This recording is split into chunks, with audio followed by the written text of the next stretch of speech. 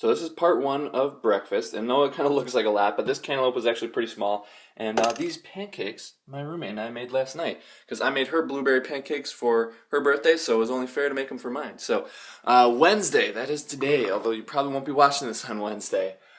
This is my only class for the day, advanced weight training.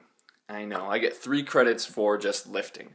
And today I'm actually not supposed to go that hard because I'm a participant in a research study for my XPhys Lab Techniques class. We all have to conduct a peer review study and also be a subject in a peer reviewed study. So our group is testing to see if people's rate of perceived exertion changes when you can see and when you cannot see how far you've run a 1.5 mile run on a treadmill. So they know that they're going to be running 1.5 miles, but they don't know how much distance they have covered while they're running it.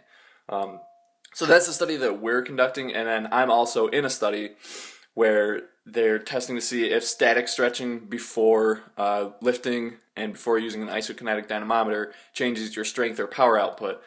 So I just have to stretch a bunch and then go lift, and then stretch a bunch and then use the ASIS machine that I showed you guys in a couple Workout Wednesday videos. So I'm not supposed to go too hard today because I got to do that tomorrow. I don't want to mess up their results. So anyway, this is part 1 of breakfast. I'll see you guys in part 2. So there's breakfast, part 2, just 2 bananas. Really more of a snack than anything. They were about this size, and I was planning on eating 6 bananas, eating the whole hand of bananas for breakfast part 2, but I just wasn't hungry enough for it, so I just had 2.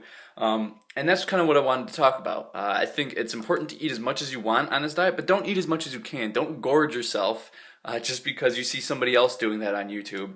I mean, if you're not as active as the other person, you don't need to eat as much as them. You just need to eat as much as you care for. Let your stomach tell you what you need to eat. Don't just let YouTube tell you how much you need to eat.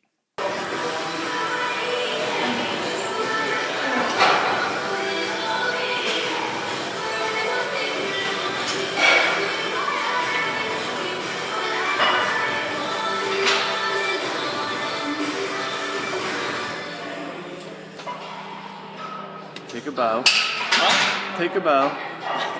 What's up, guys? Just got back from my lifting class, and I wanted to talk about my progress because a lot of people who have my disease, they always want to know like how I'm doing, especially since I'm no longer on medication, and I'm only getting better every time I go into the weight room. Today, like I said, I'm supposed to go easy, and I did 2 sets of 5 chin-ups, and that was for like an easy day. Most of the time on a hard day, like when I'm just, normal day in the weight room, I do like 4 sets of 7 to 8 chin-ups. But I went easy, and it was even more than I used to do on a hard day. Like last summer, I was doing like 3 sets of 3, and I was just like killing myself doing it. And now I do like 4 sets of 8 with the same perceived exertion. So I've been improving my squat a lot. And one thing I had been noticing though is when I get up to the higher weight, my knee starts to cave in. So what I've been doing to correct that is something called Myrtle Hip Routine.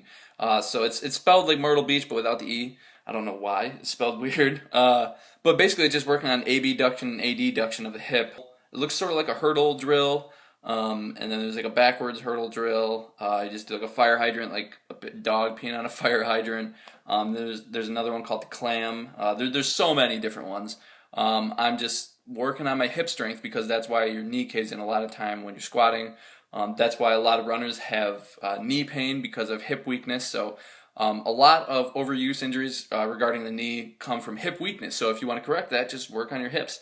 I'm probably going to make a whole video on the Myrtle Hip Routine because I think a lot of people could benefit from it. A lot of times when people have poor balance, a lot of times it is from hip weakness. So if you just strengthen your hips, you could have better balance. So it's just great, and I think everyone should be doing it. So anyway, that was what I did today, and I'm going to show you guys what I'm going to eat.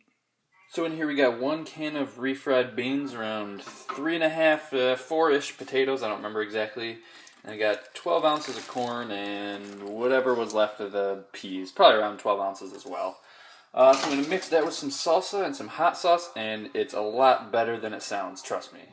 See, that looks better already. But I really suggest you guys try this. It's super, super duper filling. So I don't know if I'll even be able to eat all this in one sitting.